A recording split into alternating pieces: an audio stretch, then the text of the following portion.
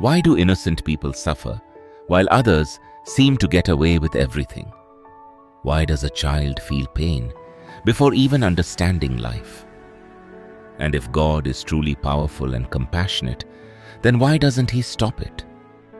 In the next few minutes, you'll not only hear the answers given by religions and philosophies across centuries, but also discover why none of them fully satisfy, and what ancient wisdom says is the only real way to go beyond suffering. There was once a thoughtful seeker who carried a question that would not leave him in peace. One day, he approached a wise teacher and said, "Master, I am confused. People speak of oneness, of unity, of bliss in spiritual teachings. They say everything is one.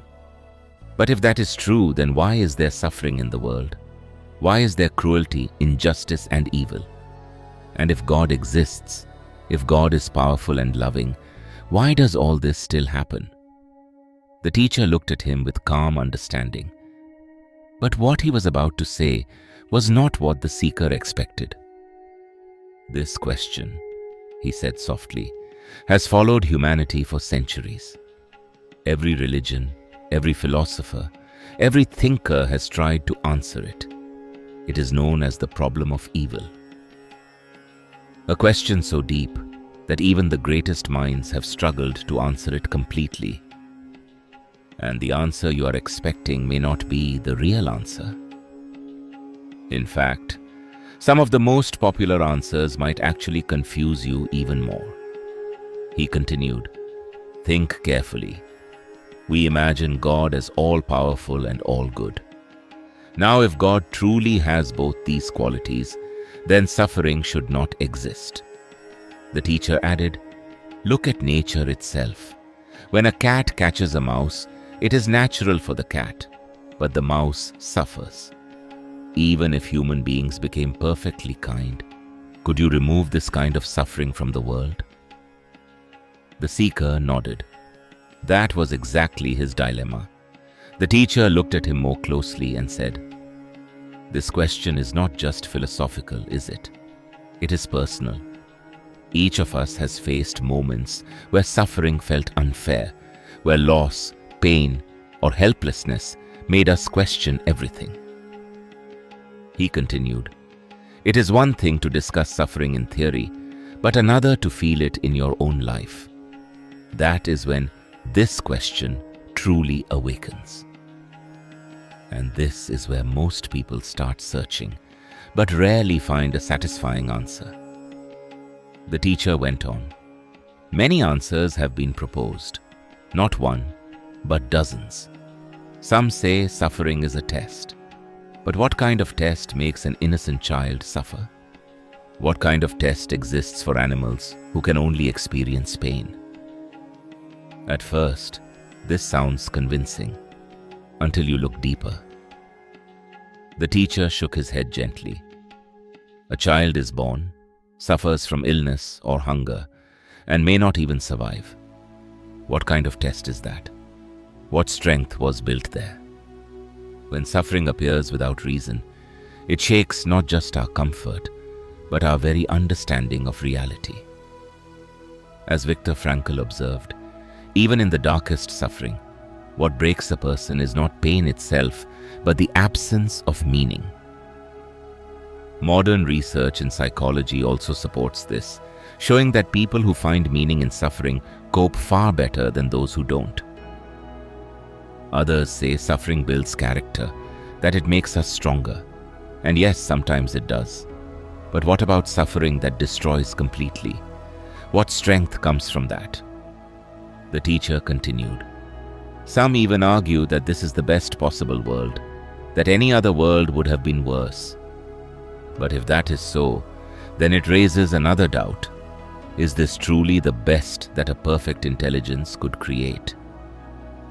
He continued, "Some say God has given us free will, and suffering is the result of our choices. But then, why are we given tendencies that lead us toward mistakes?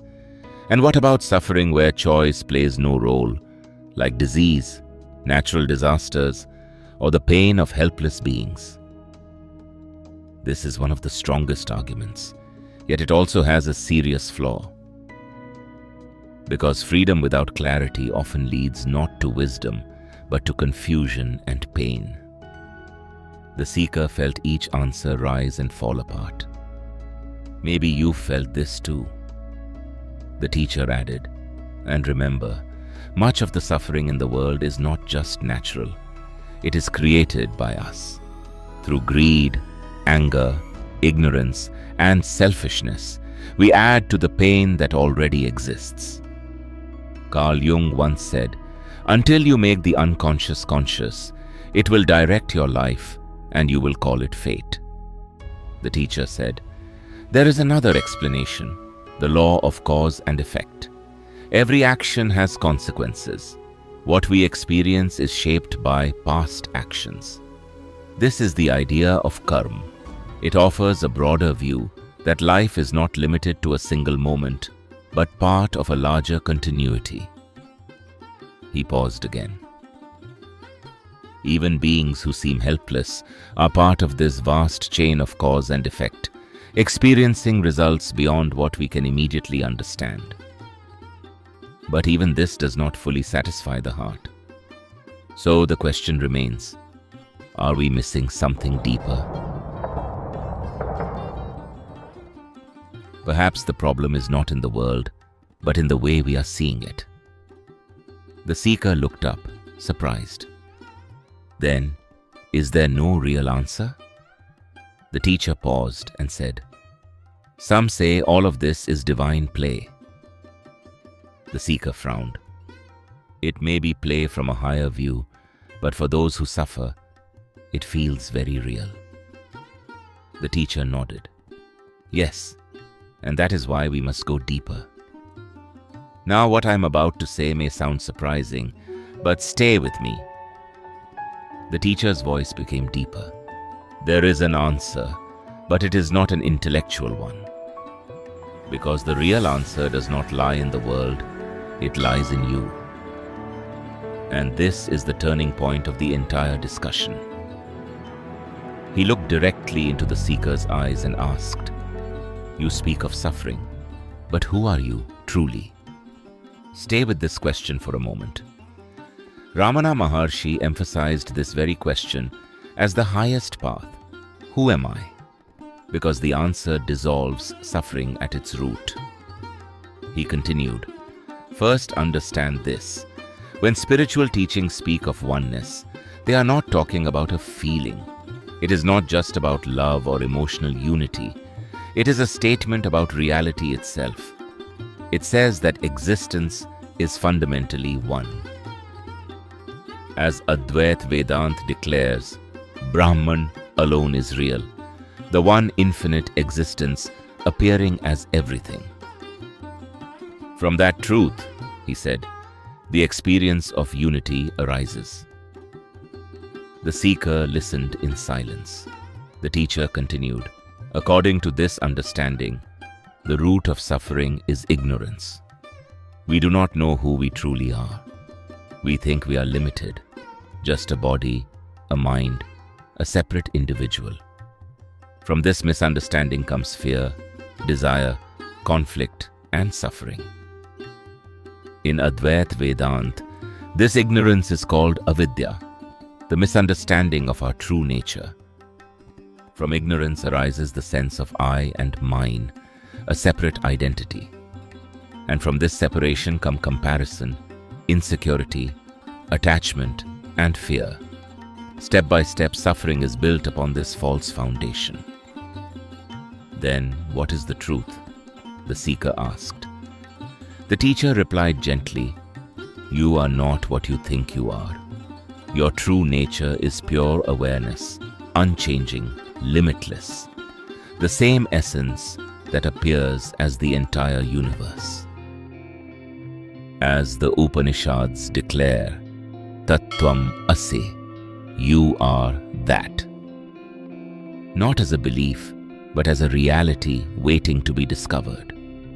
The seeker felt something shift inside him. "But if that is true," he asked slowly, Then what about suffering? It still feels real. The teacher nodded. Yes, it feels real. Just like a nightmare feels real when you are inside it. But what happens the moment you wake up changes everything. He continued, think about this in a story or a film. Even great tragedy can be experienced without disturbing you deeply because you know you are safe. Imagine a terrible dream. You are running, afraid, suffering. Your heart is racing. But the moment you wake up, everything changes. You realize that none of it truly touched you. In the same way, he said, the world is experienced, but its deepest nature is different from how it appears. Studies in neuroscience show that pain is not just physical. It is shaped by perception, attention, and interpretation.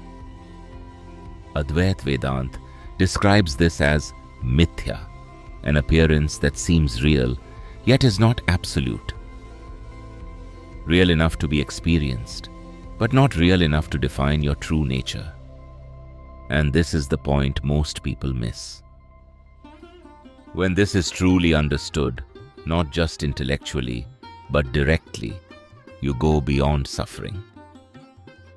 Until then, we try to manage suffering through success, relationships, distractions, or control. Sometimes it works for a while. We try to fix it with success, relationships, or distractions, but the question quietly returns. And this is exactly where most people get stuck. The seeker sat quietly, absorbing this. After a while, he asked, "So, the only solution is realization?" The teacher smiled. "Yes, no theory, no matter how clever, will fully satisfy you. Even the most refined explanations, whether of karma or illusion, will not completely satisfy the mind. The real peace comes only when you transcend the problem itself." The ancient teachings say, "The knower of the self goes beyond all sorrow." He added softly, "When you know who you truly are, suffering loses its power over you." The Bhagavad Gita reminds us that the true self is never harmed, beyond birth and death. Then, the seeker asked one final question. But until then, what should we do when we see suffering around us? Because this is not just a philosophical question, it's a real-life one. The teacher's expression became firm and compassionate. "The first response is not philosophy," he said. "The first response is to help. Not as an obligation, but as a way of seeing yourself in others. When you serve another, you are not helping someone separate. You are expressing the same consciousness in a different form." He continued, "If someone is hungry, feed them. If someone is sick, care for them. If someone is in pain, stand beside them. This is the immediate and true response to suffering." He then shared a story. A young man once complained that he had no peace despite deep meditation. He had closed himself in a room, trying to escape the world. The teacher smiled. He was told, "Open the door. Step outside. There are people who need you. Serve them. In serving others, you will find the peace you are searching for." The seeker felt a deep clarity arise within him. The teacher concluded, "Understanding reality is important, but compassion comes first. Help where you can. Seek truth within. And one day, you will discover that what you truly are has never been touched by suffering at all." And this is where everything changes. Not because the world suddenly becomes perfect, but because your understanding becomes complete. The question that once disturbed him had not disappeared, but it had transformed. It was no longer, "Why is there suffering?" It had become, Who am I beyond all suffering? And in that moment, the seeker realized the answer was not just to question existence, but to awaken within it. If this message resonated with you, please like, share, and subscribe to join our community. We'd love to hear your thoughts on this topic. Please share your reflections in the comments below.